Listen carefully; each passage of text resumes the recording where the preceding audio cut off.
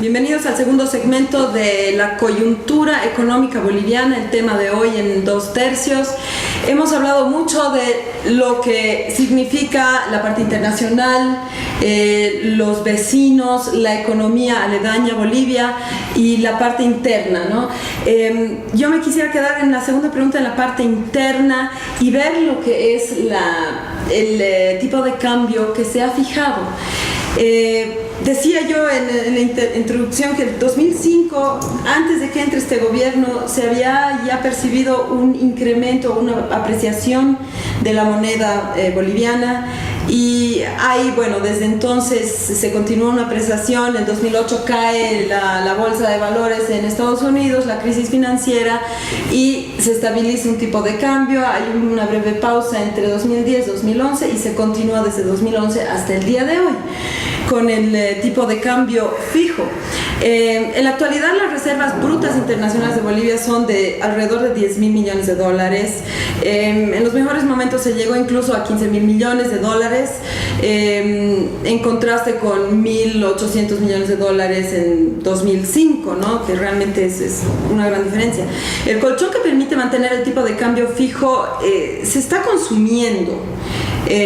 No sé si están de acuerdo, tomando en cuenta que muy aparte los gastos públicos ya demandan endeudamiento. Si el tipo de cambio nominal tiene un desalineamiento con el tipo de cambio real, ¿debe iniciarse un proceso de devaluación de la moneda, o el tipo de cambio fijo mantiene estabilidad macroeconómica al garantizar importaciones baratas y mantener una economía bolivianizada, entre otros beneficios que trae también?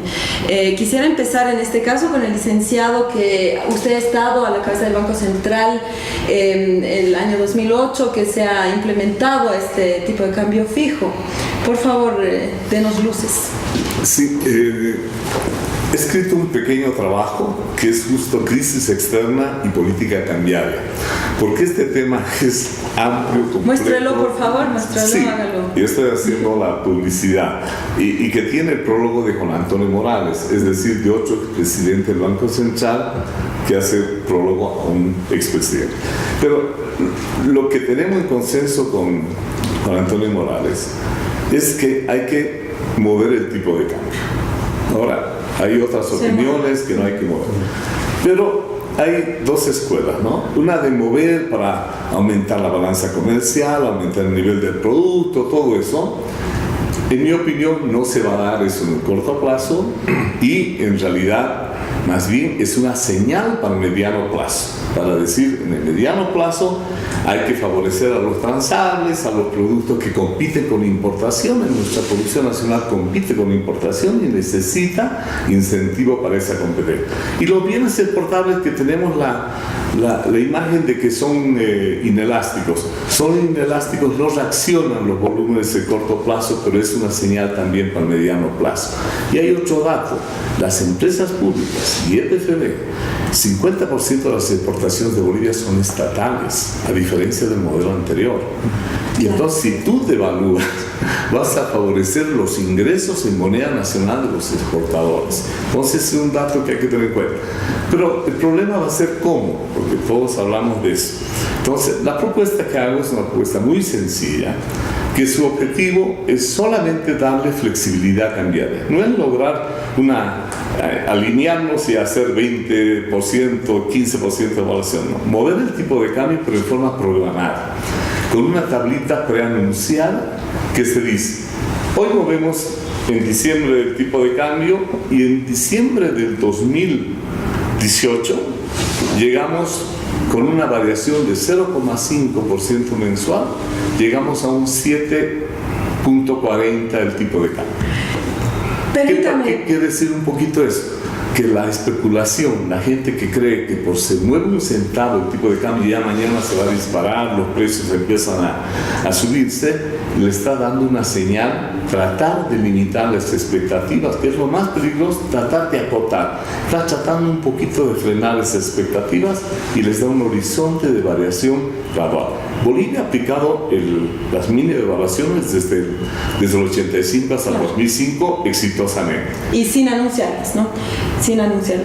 Pero yo tengo una pregunta al respecto, ¿no? O sea, me parece bastante coherente la propuesta de hacerlo programado. Sin embargo, yo me voy más a la parte psicológica, histórica de lo que es la población boliviana, ¿no? A pesar de que sea algo programado y anunciado, ¿cómo ven ustedes? Una pregunta para todos, este miedo que se podría generar, no importa si es programado. Personalmente creo que tal vez habría una corrida de bancos, habría una dolarización abrupta de la economía nuevamente por la psicología, en el tema de la hiperinflación que hemos tenido, gente que sigue vigente en la economía activa, que ha vivido eso en décadas pasadas. ¿Por qué no reaccionaría de esta forma, aunque sea ¿Por qué no reaccionaría? Porque en el 82 las reservas internacionales eran negativas. ¿Qué quiere decir eso? Que lo que había en el Banco Central en bóveda era más bajo de lo que había que pagar en 3 meses el país. Hoy las obligaciones de deuda externa son bajas de corto plazo. El nivel de reservas está por en torno al 28% del PIB. El fondo dice que a partir del 15%, por ejemplo, es un nivel que está en promedio Chile o otros países. Es decir, yo voy al médico a hacerme operar, no cuando estoy mal. Yo prefiero ir bien, con un buen colchón, para poder intervenir, porque tarde o temprano vamos a hacer la medida. Entonces, mejor estar en buenas condiciones. Muchas gracias, licenciado Loza. Por favor, Jaime. Bueno, es un buen punto de lo que ha mencionado Gabriel, pero yo creo que tenemos que tener un análisis que vea el factor psicológico. Ese no es tan medible, más allá de nuestras reservas, que los economistas conocen muy bien. Yo no sé si la persona de a pie conoce muy bien el nivel de nuestras reservas. Y en ese sentido, habría que ver el objetivo de la devaluación si se diera y cuáles serían los impactos, tanto en lo que sería la administración de política monetaria, porque algo que permita administrar eficientemente política monetaria es tener, en nuestro caso, una economía bolivianizada. Le ha costado mucho a nuestra economía bolivianizarse. El año 2005 teníamos ahorros en el sistema financiero que eran alrededor del 15% en bolivianos, pues más del 85%. La cartera de créditos estaba el 7% en bolivianos, hoy está en más del 90%. ¿Eso qué quiere decir? Que la gente se ha volcado hacia el boliviano como una moneda sólida. Hay factores obviamente que están detrás de ello, las reservas internacionales, el principal factor. Sin embargo, la previsión que se debería tomar en caso de que se optara por hacer una devaluación, que en mi criterio en el corto plazo tal vez no debería hacerse, es ver cuál es el impacto real que va a tener cuando aterrizamos la economía. Lo que nos dicen que a veces no aterrizamos, que desde mi punto de vista sí ha aterrizado las grandes cifras en la economía, que del día a día en la economía de la gente. ¿Cuál sería el impacto real? Podría haber una corrida, podría haber un exceso de demanda de dólares. La psicosis está y está presente. Generaciones que son mayores a la mía la tienen muy presente. La mía la tiene presente. Probablemente los más jóvenes no lo ven tan cercano, pero no sé qué tanto inciden en su capacidad de ahorro y contribución al sistema financiero. Y hay que ver cómo realmente se mejora el sector exportador. Tal vez deberíamos buscar otros factores. Yo escuchaba por ahí que decían muchos empresarios, muchos analistas, que la mejor forma de fomentar las exportaciones es devaluar. Yo no estoy muy de acuerdo con ello. Economías como las nuestras no son intensivas en cuanto a costos, o sea, no nos vamos a hacer competitivos con otras economías por costos de producción. Y ahí voy con una pregunta, ¿qué pasa y muy rápidamente con las políticas laborales, ¿no? los salarios, los incrementos salariales que han básicamente excluido un poco a un sector que es el sector privado para negociar estos incrementos salariales, y que tal vez están empujando un poquito a la asfixia a la empresa que desea exportar? ¿Cómo se puede conjugar esto para solucionar? Yo creo que nuevamente vamos a reforzar un poco el punto, ¿no? A veces pensamos, hay todo tipo de empresarios, hay muy buenos, hay otros que tienen una visión un poco diferente a la que yo tengo, no sé si es buena o mala, son solo visiones diferentes, en las cuales el liderazgo en costos, pagar lo menos posible a mis empleados, pagarles el mínimo, ahorrar en materias primas es la base de mi exportación, son la base de mi exportación. Desde mi punto de vista, economías no solo la boliviana, sino a nivel Latinoamérica, incluida Brasil, que es un monstruo, sexta economía del mundo, debiéramos pensar en factores de diferenciación que hagan que nuestros productos sean competitivos a nivel internacional. ¿Por qué? porque batallar por costos, batallar por precios, sacar a la gente cada que hay una crisis, no es sano ni para un empresario ni para una economía. Una empresa seria, una empresa sólida, va más allá de los periodos de crisis y busca factores que realmente generen un desequilibrio en su exportación. En este caso, nuestros sectores exportadores. Hay exportadores en nuestro país que han entendido perfectamente ese concepto y más allá de las crisis que hay, ellos mantienen sus planillas, mejoran su productividad, hacen mayores inversiones en bienes de capital y se vuelven más eficientes, pero sin perder de vista el norte, que yo vendo por factores cualitativos, no cuantitativos. Es decir, la diferenciación que yo genero en mi producto es la que me está generando una empresa sostenible en el tiempo. Gracias, Jaime.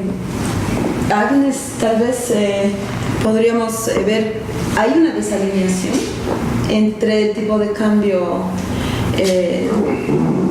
nominal con el tipo de cambio real? Sí, y quiero aquí tal vez volver a lo que han respondido los panelistas. Yo pienso que la propuesta del señor Loza es muy interesante, es una propuesta muy bien pensada, pero también pienso que a la larga quizá deberíamos ir apuntando más a un sistema mucho más flexible y que deje que el tipo de cambio flote. Creo que sería muy bueno para una transición aplicar esta propuesta del señor Loza, pero a la larga, si tenemos una visión de largo plazo, deberíamos no tanto preguntarnos si devaluar o quedarnos con un tipo de cambio fijo, porque definitivamente hay una desalineación, pero ir más hacia un régimen más flexible. Un régimen más flexible que te permita meter la mano un poquito cada vez que haya... No, el régimen flexible actúa, es como un amortiguador cuando hay un shock externo. Ese es el beneficio. Y otro beneficio es que ayuda a que la economía sea mucho más competitiva. Muchos países vecinos lo han implementado. Ahora, no va a ser un proceso fácil. Yo creo que sería un buen paso de tomar esa propuesta. Y eso sí, también hay que informar a la población de una forma muy clara de lo que va a suceder, ¿no? Porque si no, terminamos en lo que tú estabas diciendo, de esta psicosis, y puede ser contraproducente hacer cualquier cambio. Claro. Bueno, eso ya va fuera de los números y de los cálculos que se puedan hacer, ¿verdad? Entonces sería un riesgo que se debe tomar, pero creo que estamos llegando a la conclusión, por un lado, de que no se debería hacer una devaluación, no es necesaria la devaluación, que se puede mantener así la economía, y por otro lado, que sí es inminente y es necesaria la devaluación. ¿Qué sucedería si es que no se hace una devaluación? ¿O es necesaria la devaluación? Bien, a ver, creo que estamos todos de acuerdo con que un tipo de cambio flexible, flotante, debería ser el objetivo en el largo plazo, ¿no? Gabriel tiene una propuesta de transición, he tenido la suerte de poder discutirla en otro contexto. Yo tengo varias apreciaciones respecto al tipo de cambio, porque lamentablemente se ha vuelto una variable política. La gente ha vinculado el tipo de cambio con la estabilidad económica, ¿no? Y en parte porque el mismo gobierno lo ha planteado así, en parte porque la gente en Bolivia está acostumbrada al control de precios.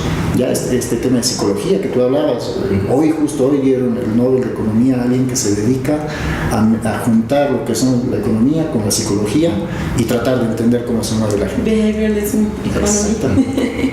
Entonces, a ver, ¿cuál es el punto? El tipo de cambio hoy por hoy está, el tipo de cambio real, que no es el que la gente ve en la calle, que es 6.96 por dólar, sino es un tipo de cambio que se mide en función de una canasta de monedas y cuánto se compra afuera, de los mismos bienes que se compran acá y bla, bla, bla.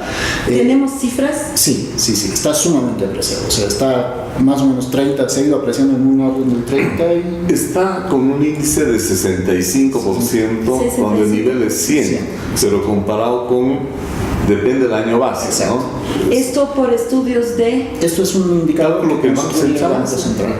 Entonces, se ha ido perdiendo competitividad, en teoría, competitividad cambiaria. Y aquí viene lo que decía Jaime, la competitividad no solo tiene que ver con el tipo de cambio. Yo vengo del sector privado.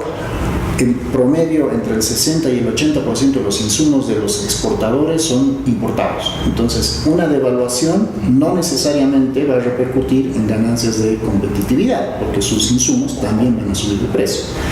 Por otro lado, algo que señalaba Gabriel, la mitad de las divisas que entran formalmente a Bolivia entran por exportaciones de empresas públicas. Mi problema es la gobernanza y los esquemas de gobernanza que estamos viendo sobre las empresas públicas. Banco Unión, BOA, YPFB. O sea, y esto es algo que no ha pasado solo ahora, sino a lo largo de la historia de Bolivia. Si las empresas públicas se dan cuenta que devaluando pueden aumentar sus ingresos, estas devaluaciones se pueden volver inflacionarias. Tengo déficits, impulso la devaluación para cubrir mis déficits y así sigo gastando más de lo que me entra a mí. Entonces, eventualmente eso puede repercutir en una espiral inflacionaria, que de hecho es lo que ha explicado la inflación del 80 y del No tienes la meta, ¿no? Reactivar todo. Exactamente. Entonces, probablemente la propuesta de Gabriel es hasta ahora una de las más inteligentes que he escuchado, pero creo que deberíamos trabajar, como bien decía Jaime, en el contexto. ¿Cómo logramos evitar estos impulsos del Estado que ha empezado a generar crecimiento a través del gasto para empezar a devaluar, para sostener gasto probablemente improductivo? Yo quisiera acotar solamente... Rápidamente. Sí, que me gusta que haya el debate. He leído en la prensa más debate sobre la película Las Mal Cogidas que sobre el tema del tipo de cambio. Interesante comentario. Pertinente. No sé si hemos llegado a la... No hemos llegado a ninguna conclusión, ¿no? Pero sí la propuesta realmente de poder reevaluar el tipo de cambio fijo con una propuesta programada sería factible. Yo creo que sería interesante debatirlo mucho más a fondo, ¿no? Quédense con nosotros, por favor. Vamos a continuar con un último segmento para ustedes. Ya volvemos.